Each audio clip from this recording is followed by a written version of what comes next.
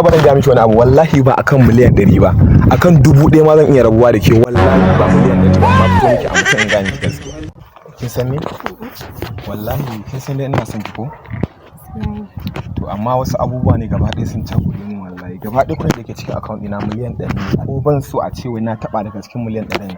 kin gane saboda idan aka ce yanzu a cikin miliyan 100 na ɗauko da a ce 500,000 ne na yi losing ɗin kuɗin kuma za su yi balbalta nemi inda suke rasa shi yasa to me zai hana a cikin miliyan 100 ɗin ka ɗauko mana ko kaɗan ne sai a yi aure dindimin da za a yi da su a'a ba haka ba miliyan 100 in aka ce an ɗauko a cikin miliyan 100 to ai gaba ɗaya miliyan 100 fashewa ta yi ina laifin ki bari idan suka ɗan haura miliyan 100 a cikin ɗan saman da suka haura sai in yi dindimin da za mu yi da su ko ba haka ba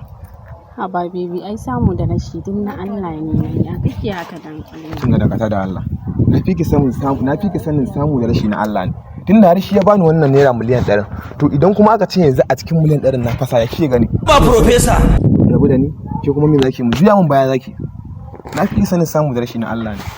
yanzu baby akan kuɗi zaka iya juya mun baya kenan ai ba baya ba har gado zan iya juya miki akan kuɗi a to wala ba so na kake baby akan miliyan 100 Allah nan ci ba ai kai mai dauka ne ma ka bani ai ba zan ga miki wani abu wallahi ba akan miliyan 100 ba akan 1000 ma zan iya rabuwa da ke wallahi ba miliyan 100 ba amma fito miki a mutum in ga miki gaskiya to shikenan daga yau ba ni babu kai tunda abin haka ne na to so what waya rasa ina fiye min ke wallahi